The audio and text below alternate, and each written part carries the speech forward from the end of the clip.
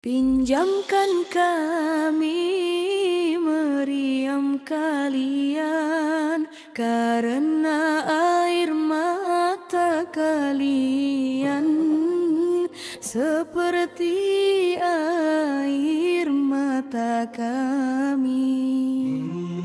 Pinjamkan kami meriam kalian, dan tetaplah di posisi kalian, wahai para pembangun Islam. Penderitaan kami tetaplah penderitaan kalian, takdir kami tetaplah takdir kalian.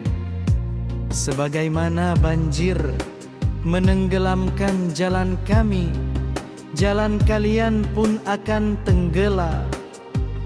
Tangisan kesakitan kami menembus cakrawala, di mana telinga kalian. Kami telah dan masih bersaudara dalam iman. Jadi apakah kalian acuh tak acuh? Apakah kalian acuh tak acuh? Kami berteriak dari air, dan kami ada di depan pintu kalian.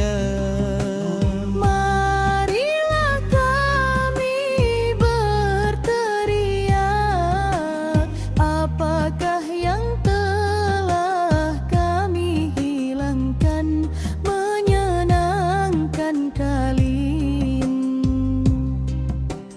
Apakah yang telah kami kelaparankan membuat kalian bahagia?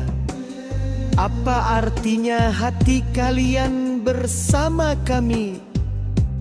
Karena kami adalah tujuan kalian, dan Tuhan berada di atas batas bumi ini. Dia mengangkat kami, dan kami tidak memiliki belas kasihan dari kalian.